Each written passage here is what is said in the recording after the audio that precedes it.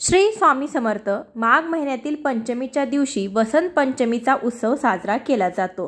वसंत ऋतू आणि वसंत पंचमीचं महत्त्व ही वेगळं आहे। पंचमी तिथी 14 फेब्रुवारीला असून हा पवित्र उत्सव देवी सरस्वतीच्या आराधनेला समर्पित असतोय। वसंत पंचमीला देवी सरस्वती पृथ्वी तलावर अवतरली। माघ महिन्यातील पंचमी सरस्वतीच्या नावाने साजरी केली जाते। वसंत ऋतूही याच दरम्यान बहरत असल्यामुळे या पंचमीला वसंत पंचमी असं म्हटलं जातं। विद्येची देवता सरस्वतीची पूजा या दिवशी केली जाते। वसंत पंचमी साजरी करण्याला हिंदू धर्मात अनेक मान्यता आहेत। वसंत पंचमीच्या दिवशी विद्येच्या साधनेमध्ये कोणतीही अडचण येऊ नये यासाठी सरस्वती देवीची आराधना केली जाते। ही आराधना करण्यासाठी शुभफळ प्राप्त होण्यासाठी या दिवशी काही खास कामे देखील करायला पाहिजे आहेत। या दिवशी आपण माता सरस्वतीची पूजा कशी करावी, त्याचबरोबर आईने मुलांसाठी एक उपाय करायचा आहे जेणेकरून आपल्या मुलांची बुद्धी तल्लख होईल, त्यांना प्रत्येक कामामध्ये यश मिळेल आणि विद्येची देवी सरस्वती याचा आशीर्वाद जर मुलांना मिळाला तर सरस्वती बरोबर माता लक्ष्मीचाही आशीर्वाद त्यांना प्राप्त होईल आणि त्यांना यशाची प्राप्ती होईल। त्यासाठी आपल्या मुलांसाठी आईने कोणता उपाय करावा हे देखील मी पुढे तुम्हाला व्हिडिओमध्ये सांगणार आहे। त्यासाठी व्हिडिओ शेवटपर्यंत नक्की बघा। चॅनलवर नवीन असाल तर चॅनलला नक्की सबस्क्राईब करा। चला तर मग लगेच व्हिडिओला सुरुवात करूया। तर उद्या बुधवारी 14 फेब्रुवारीला आहे वसंत पंचमी। या दिवशी आपल्याला सकाळी लवकर उठायचं आहे। तर आपल्याला सर्वात आधी पूजा करून घ्यायची आहे। तर स्नान वगैरे आटोपल्यानंतर आपण या दिवशी शक्यतो पिवळे वस्त्र परिधान करायचं आहे आणि पिवळ्या आसनावर बसूनच आपण सरस्वतीची पूजा करायची आहे। देवीला देखील पिवळे फुले वाहायचे आहेत।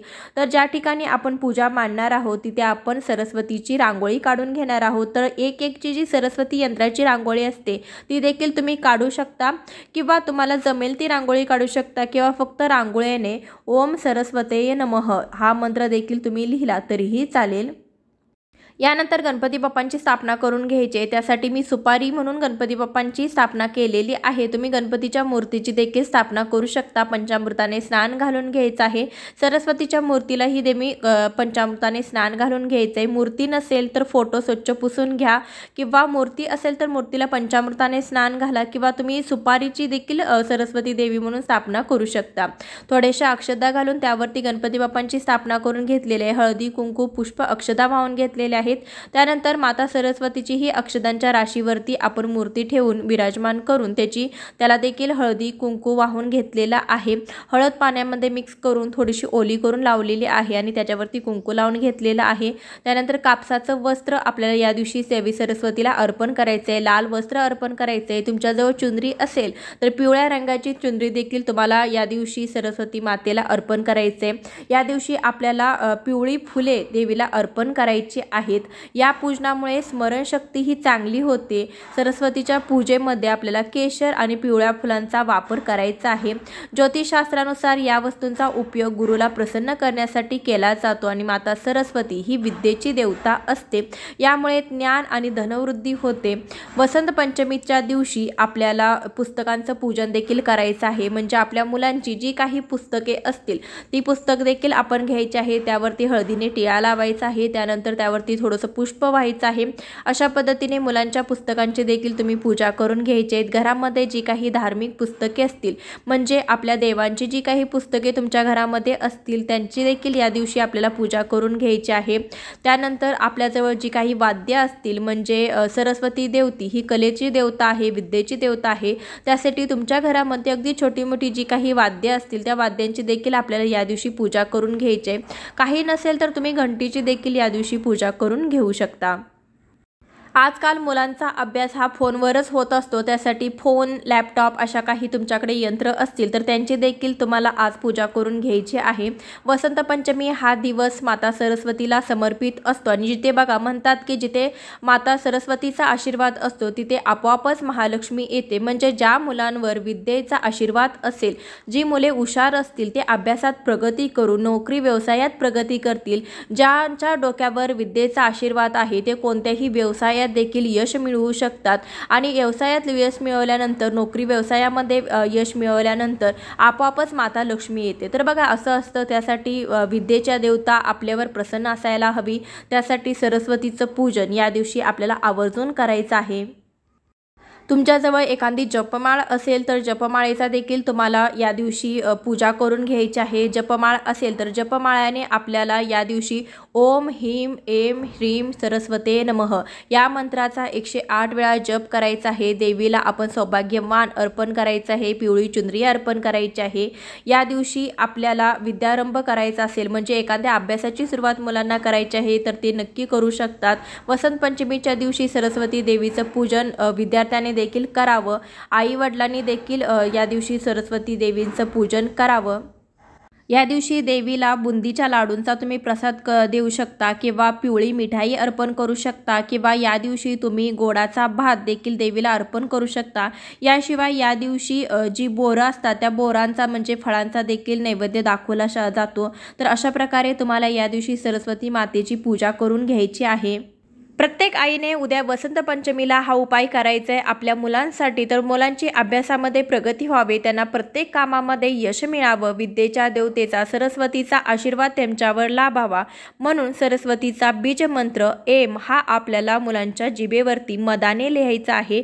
सोन्याची काडी असेल तर सोन्याच्या काडीने तुम्ही लिहू शकता किंवा मधाने बोटाने लिहिला तरी देखील चालेल।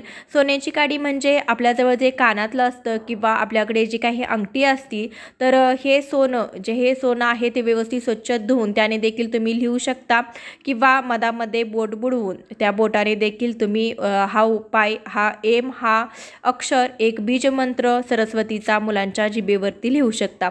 असं केल्याने देखील मुलांची अभ्यासामध्ये प्रगती होते, माता सरस्वतीचा आशीर्वाद त्यांना लाभतो। तर बघा विद्येच्या मातेचा आशीर्वाद त्यांना असेल तर नक्कीच त्यांना कोणत्याही कामामध्ये संपूर्ण यश मिळेल। तर बघा फक्त हा आपण मंत्र लिहिला आणि मुलांना भरपूर मार्क्स पडले असं नाही, तुम्हीची जर मुले अभ्यास करत असतील तर त्यासोबतच नशिबाची साथ देखील त्यांना मिळायला पाहिजे। त्यासाठी तुम्ही हा छोटे मोठे उपाय केले तर नक्कीच तुमच्या मुलांची अभ्यासामध्ये प्रगती होईल।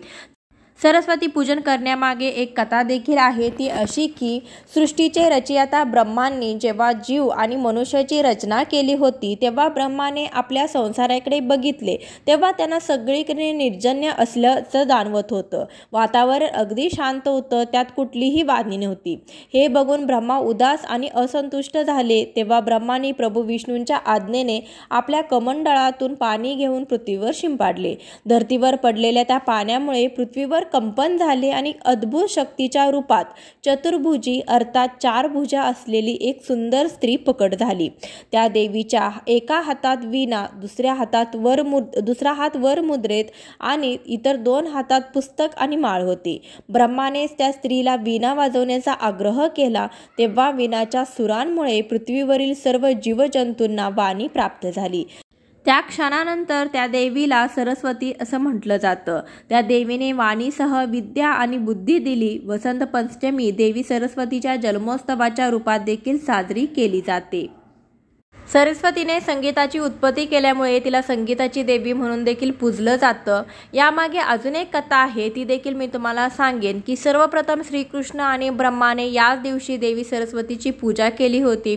देवी सरस्वतीने जेव्हा कृष्णाला बघितले तेव्हा देवी त्यांच्या रूप बघून मोहित झाली आणि कृष्णाला पती रूपात प्राप्त करू इच्छित होती। ही गोष्ट कृष्णाला कळल्यानंतर त्याने स्वतःला राधाप्रती समर्पित असल्याचं सांगितले, परंतु सरस्वतीला प्रसन्न करण्यासाठी कृष्णाने देवीला वरदान दिले की विद्या इच्छुक माघ महिन्यातील पंचमीला आपले पूजन करतील। हे वरदान दिल्यानंतर सर्वप्रथम कृष्णाने देवीची पूजा केली। तेव्हापासून वसंत पंचमीला सरस्वती पूजनाची परंपरा सुरू झाली। त्यासाठी या दिवशी मनोभावे आपल्या मुलांसह सरस्वतीची पूजा अवश्य करा आणि सांगितलेला उपाय नक्की करून पहा। व्हिडिओ कसा वाटला कमेंटद्वारे नक्की कळवा, जास्तीत जास्त लोकांपर्यंत नक्की पोहोचवा। माता आशीर्वाद सरस्वतीचा आशीर्वाद तुमच्यावर सदैव राहो। श्री स्वामी समर्थ। जय जय स्वामी समर्थ।